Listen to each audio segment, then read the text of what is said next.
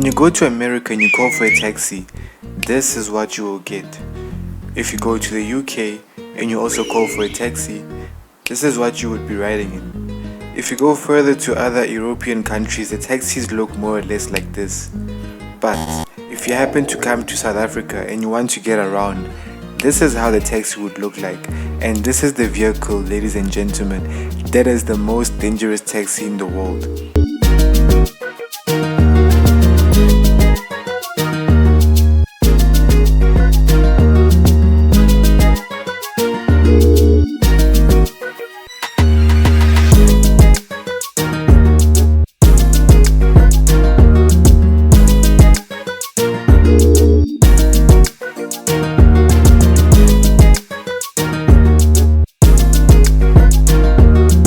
Not only is it a danger to the drivers themselves, but it's also a danger to its passengers, pedestrians, and the other vehicles it comes across as the taxi is going about its business. This type of public transport dominates the South African roads.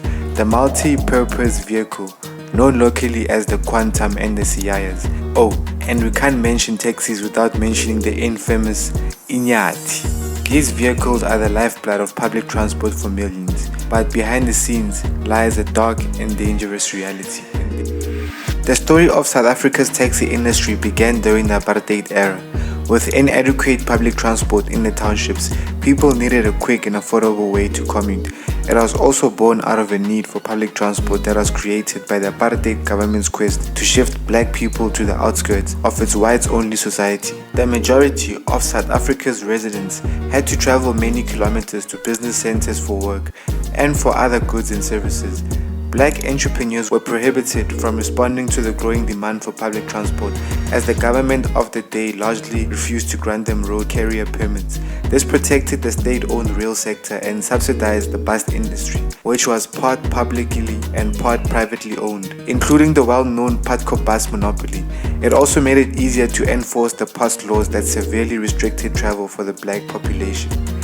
Multi-purpose vehicles and minibuses like the Quantum and the Siaya weren't always the choice of vehicle for taxi drivers. Times were tough during the apartheid era for taxi drivers. Taxi operators in the 1950s and the 1960s invested in large American sedans like the Chrysler Valiants, Dodge Monacos, and the Six Mabone, which is the nickname given to the 1965 Chevrolet Impala with its 6 taillights. Drivers could transport 6 adults at a time, to all intents and purposes, making it to look like it's a family that is traveling, even though the passengers were often strangers to each other, and blend in with other cars on the road. But there were not enough American sedans available to meet the demand. As time went, African operators were sometimes issued permits that allowed them to only drive in townships, and usually only within a 5-kilometer radius, which did not make sense financially. You had drivers that took the risk to transport people from rural areas to the city and back. It was a very risky business because if the police stopped you along the way, you would have had to pay hefty fines, so drivers were most likely to travel routes less likely to be policed, such as unpaved roads and other mountain overpasses. As time went, the minibus taxi emerged as the solution. Taxis became the preferred mode of transport for many, offering a more flexible and faster alternative to the limited bus and train services. The Road Transportation Act was introduced in 1977. The legislation defined a bus as a vehicle that carried more than 9 people and required a permit to operate. To get around the law, black taxi operators simply carried 9 people or less at a time in their combis. At the time, all minibus type vehicles were called combis, so no matter the vehicle make. Taxis became an essential service for South Africans, but it came with challenges, such as it was also a time of violent riots and unrest against the apartheid states. Many of these riots were sparked by the opposition to public transport costs, with bus and train boycotts rife. Over the decades, the industry evolved. The Toyota Hiace, I hope I pronounced it right, fondly known as the Siaya, became the workhorse of the sector, which was sometimes unsafe or not roadworthy. By the early 2000s, the Toyota Quantum replaced the Siaya as the standard, offering more space and comfort, but also contributing to the escalating chaos on the roads. The Quantum is still the preferred go-to till today for taxi owners and taxi drivers. The Quantum is well equipped with a rear-wheel drive 2.5-litre D4D intercooled common rail turbo diesel engine, both boasting low fuel consumption and reduced emissions, providing a satisfying economical drive experience. You also get more mileage than kilowatts with the Quantum, and that is why taxi owners prefer the Quantum over any other minibus. However, the rapid growth of the taxi industry has not come at a grave cost.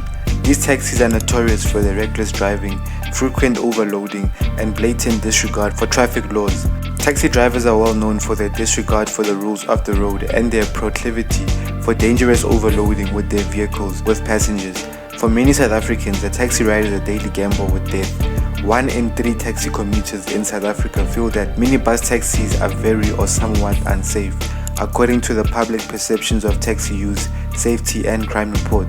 The report found that half of survey respondents had witnessed taxi drivers breaking the law, and 46% of taxi commuters believe that drivers are very or somewhat aggressive on the road, compared to the 49% of national respondents. Overall, the biggest threat to safety on the roads, according to survey respondents, is drunk driving. Among minibus taxi users, 56% identified drunk driving as a safety threat, compared to the 53% of national respondents. The report predictably found that the biggest concern for taxi users was being involved in an accident, given the behavior of drivers, but 17% of users were more concerned about being a victim of violence between taxis, and for 12%, more concern was about being assaulted or robbed while walking to or from a taxi stop. According to the Road Traffic Management Corporation, taxis are involved in a significant percentage of road accidents in South Africa. In 2022 alone, taxis were implicated in over 10% of road fatalities, claiming the lives of hundreds of pedestrians and passengers. These statistics are not good at all, fam. The dangers aren't only confined to the roads. Behind the scenes, a deadly conflict rages on, the taxi wars. Since the 1980s, taxi associations have fought viciously for control over lucrative routes.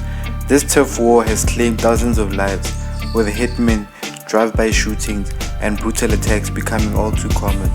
Due to an effectively unregulated market and the fierceness of competition for passengers and lucrative routes, taxi operators banded together to form local and national associations. These associations soon exhibited mafia-like tactics, including hiring of hitmen and all-out gang warfare. This was because prior to 1987, the South African taxi industry was highly regulated and controlled, with African people being refused permits under apartheid laws. Because the taxi industry was largely unregulated and the official regulating bodies were deeply corrupt, the industry quickly became criminal in nature. Families are left shattered and communities live in fear as these wars show no signs of ending. The government has struggled to intervene effectively, and the violence continues to escalate, leaving a trail of bloodshed across the nation. On 25 December 2020, 9 people died and multiple others were injured in the Mount Aleph Christmas Day massacre, which resulted from a taxi dispute between competing taxi operators. This is just one of many of tragic incidents that have happened due to taxi wars. Another war that has emerged because of the taxi industry is the war between Uber and Bolt drivers against taxi drivers. Being an Uber driver in South Africa is dangerous because taxi drivers feel like Uber drivers are taking money out of their pockets, so they try by all means to prevent Uber drivers from operating in or around taxi ranks in Gauteng. Uber drivers also aren't allowed to collect or drop off clients by the Gautrain station because they stand a chance to be assaulted or get their cars torched by taxi drivers.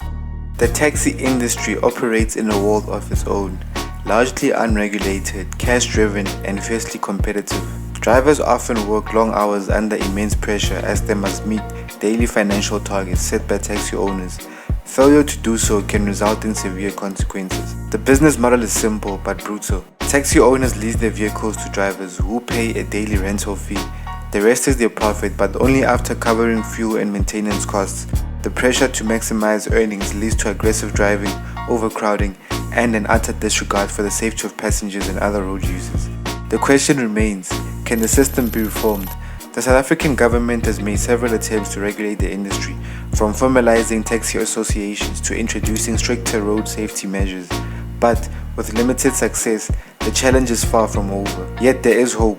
Community-driven initiatives and the new generation of taxi drivers are pushing for change, aiming to transform the industry into a safer, more reliable mode of transport. But whether or not these efforts can overcome decades of chaos and violence remains to be seen. The South African taxi industry is a complex and dangerous beast, an essential service born out of necessity, but one that has spiraled into a deadly menace. As it continues to evolve, so too must the effort to tame it, ensuring that the roads of South Africa become safer for all. If you found this documentary very insightful, please subscribe, like and share. Stay tuned for more stories from South Africa and beyond. Also, if you want to know how the 325 IS and the 325i, also known as the Gusheshe, became one of the most influential cars in South Africa, click this video over here.